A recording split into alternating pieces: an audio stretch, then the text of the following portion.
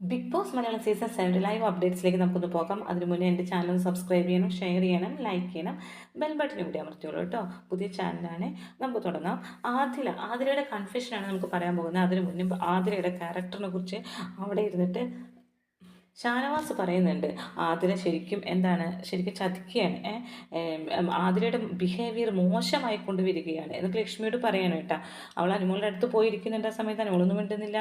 അപ്പോൾ ആതിലയും നൂറയും ഇരുന്ന് പറയുന്നുണ്ട്, നമ്മുടെ പേരൻസ് നമ്മൾ രണ്ടുപേരും ഫൈനലിൽ എത്തണല്ലേ ബേബി, നമ്മുടെ പേരൻസ് ഒന്നും നമ്മളെ സഹായിച്ചിട്ടില്ല. നമ്മൾ ഏത് ലെവലിൽ എത്താൻ വേണ്ടിയിട്ട് നമ്മൾ ഇത്രയും ലെവലിൽ എത്തിയത് നമ്മൾ രണ്ടുപേരും പ്രയത്നിച്ചിട്ടാണ്. ആരും നമ്മളെ പിന്നിൽ നിന്ന് സപ്പോർട്ട് ഉണ്ടാക്കിയിട്ടില്ല. ഇനിയെങ്കിലും ഇപ്പോൾ കാണുന്ന പ്രേക്ഷകരെങ്കിലും ഞങ്ങൾ സപ്പോർട്ട് ചെയ്യണം. ഞങ്ങൾ ഇത്രയും നാളും ഞങ്ങൾ ഇൻഡിവിജ്വലായിട്ടാണ് കളിച്ചിരുന്നത്. അല്ലാണ്ട് അങ്ങനെ കിട്ടിത്തരണം. നമുക്ക് പ്രേക്ഷകരെ തെറ്റിദ്ധരിപ്പിക്കാൻ അവരിരുന്നിട്ട് നൂറിക്ക് അതിനുള്ള കഴിവ് നന്നായിട്ടുണ്ട്. ആ ക്യൂട്ടായിട്ടുള്ള മുഖം പിടിച്ച് ആൾക്കാരെ തെറ്റിദ്ധരിപ്പിക്കും. ഞങ്ങൾ ഇൻഡിവിജ്വൽ ഒന്നും ആയിരുന്നില്ല അവർ കളിക്കുന്നത്. അതുകൊണ്ട് ഞങ്ങൾ ആരും ഇതുവരെ പ്രൊട്ടക്റ്റ് ചെയ്തിട്ടില്ല. അതുകൊണ്ട് ഞങ്ങൾ ഇപ്പോഴെങ്കിലും ഞങ്ങളെ ഫൈനലിലേക്ക് എത്തിക്കണം എന്നൊക്കെ പറയുന്നുണ്ട്.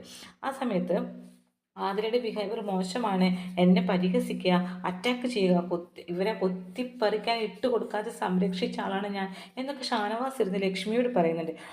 പിന്നെ നമ്മുടെ അനീഷ് ഇവിടെ പാടിയ പാട്ടുകളും കോളേജിൽ പാടിയ പാട്ടുകളും ചെരുപ്പ് മാല കിട്ടിയതും ചെരുപ്പേർ കിട്ടിയതുമായിട്ടുള്ള കുറേ കഥകളിരുന്ന് തട്ടിവിടുന്നുണ്ട്.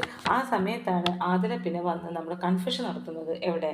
അക്ബറിൻ്റെ അടുത്ത് നിന്ന് കൺഫെഷൻ നടത്തുകയാണ്. നിങ്ങളുടെ പാവകളെ എടുത്തത് ഞാനാണ് എന്ന് പറയുകയാണ്. അതിന് മുന്നേ ആര്യനോട് പറഞ്ഞപ്പോൾ ആര്യം പറഞ്ഞു, നീ അവൻ്റെ അടുത്ത് പോയിട്ട് തന്നെ മാപ്പ് പറയണം, സോറി പറയണം എന്ന് ആര്യൻ ഉപദേശിച്ചു കൊടുക്കുന്നുണ്ട്. അതനുസരിച്ചിട്ടാണ് ആതിര ചെന്ന് അക്ബറോട് പറയുമ്പോൾ അക്ബർ ഷോക്കായിരിക്കുന്നുണ്ട്. കാരണം വളരെ തെറ്റിത്തരം തന്നെയാണ് ചെയ്തത്. നമുക്ക് ടിക്കറ്റ് ടു ഫിനാലെ എന്നൊരു ടാസ്ക്കാണ്, സാധാ ടാസ്ക് അല്ല. സാധാ ടാസ്ക്കാണെങ്കിൽ പോട്ടെ നിൽക്കുക, ഇവരെ ഫിനാലേക്ക് കടത്താനുള്ള ടാസ്ക്കാണ്. അതിൽ നിന്ന് ഇയാൾ ഇത്രയും തേർഡ് പൊസിഷനിൽ നിൽക്കുന്ന അക്ബറിനെ തകർത്ത് കളഞ്ഞു. ശരിക്കും അയാൾ മനസ്സ് വരെ ഡള്ളാക്കി കഴിഞ്ഞു. ഇന്നലെ 0 പോയിൻ്റാണ് അയാൾക്ക് കിട്ടിയത്. ഇന്ന് അതുകൊണ്ട് തന്നെ അയാൾക്ക് 8 പോയിൻ്റ് കിട്ടിയിട്ടുള്ളൂ. അപ്പോൾ മനസ്സ് തകർന്നു കഴിഞ്ഞാൽ എന്തായാലും ഫിനാലേക്ക് കടക്കാൻ പറ്റില്ല. ഇന്നലെ 0 പോയിൻ്റ് കിട്ടി ഒരിക്കലും വെട്ടിക്കാൻ പറ്റില്ല എന്ന് മനസ്സിലായി. ഇന്ന് അയാൾ 6 പോയിൻ്റ് എടുത്ത് 8 പോയിൻ്റാണ് കിട്ടിയത്. അയാൾ തകർന്നിരിക്കുന്ന ആ സമയത്ത് ആരിങ്ങനെ പറയുന്നുണ്ട്, നീ എന്താ എക്സ്ക്യൂസ് പറഞ്ഞിട്ടും കാര്യമില്ല, അയാൾ തകർന്നില്ല, നീ ആ സമയത്തെങ്കിലും കൊടുക്കായിരുന്നു, ഒരു പോയിന്റ് കണക്ക് കൂട്ടുന്ന സമയത്തേനും കൊടുക്കാമായിരുന്നു എന്നൊക്കെ പറഞ്ഞ് നെവിനും പറയുന്നുണ്ട്. എടാ ഞാൻ 2 എടുത്തിട്ടുള്ളൂ, അത് 2 അപ്പം തന്നെ പോയിന്റ് കണക്ക് കൂട്ടണേക്കാളും മുന്നേ ഞാൻ നിനക്ക് തന്നു. ആ സമയത്ത് നീയാ പറഞ്ഞത് വേണ്ടാന്ന് പറഞ്ഞ് നീ തിരിച്ചു എന്താണ്. അപ്പോൾ അതിൽ പറഞ്ഞിട്ട് അത് വാശിപ്പുറത്ത് ചെയ്തതാണ്. എന്ത് വാശി? നല്ല തല്ല് കിട്ടാത്ത വാശി, അല്ലാതെ വേറെ ഒന്നുമല്ല. ഒരാളുടെ സാധനം കട്ടെടുത്തണം വാശി തീർക്കുക, അയാളുടെ നേർക്ക് നേരെ നിന്ന് പൊരുതണം, അല്ലാതെ അടിയിൽ കൂടെ ഒപ്പിക്കല്ല വേണ്ടത്. ഇവളുമാരൊക്കെ ഇങ്ങനെയാണ്, അടിയിൽ കൂടെ ഒപ്പിച്ചിട്ടാണ്. അയാളടുത്ത് 4 വർത്തമാനം, അവൾക്ക് എന്ത് ദേഷ്യമാണ് എന്ത് വാശിയാണ് വന്നത്, ആ സമയത്ത് 4 വർത്തമാനം അയാളടുത്ത് പറയണം. അയാൾ കഷ്ടപ്പെട്ട് അധ്വാനിച്ചിട്ട് കൊണ്ടുവച്ച സാധനമല്ല അത് സാധാ ഒരു ടാസ്ക് ബിഗ് ബോസ് കൊടുത്തതല്ല, ടിക്കറ്റ് ടു ഫിനാലേക്ക് കിടക്കാനുള്ളത്. അപ്പോൾ പിന്നെ അതിനെ കുറേ സോറിയൊക്കെ പറയുന്നുണ്ട്. അക്ബർ തകർന്നിരിക്കുക, ശരിക്കും എനിക്ക് പാവം തോന്നി കണ്ടിട്ട്. തകർന്നിരിക്കുകയാണ്. എന്ത് ചെയ്യാൻ പറ്റും? കയ്യിൽ നിന്ന് പോയി, എല്ലാം പോയി. അത് തേർഡ് പൊസിഷനിൽ നിന്ന ആളെ നേരെ താഴെ വലിച്ചിട്ടാണ് ചെയ്തത്. ആതിര എന്ന് പറഞ്ഞ ഒറ്റ ആളാണ്. ഇന്ന് അയാളുടെ കോൺഫിഡൻസ് പോലും പോയി. അയാളൊന്നും മിണ്ടുന്നില്ല. ലാസ്റ്റ് പറയുന്നുണ്ട്, ആര്യ നീ ഒന്നും മിണ്ടാതിരിക്കും.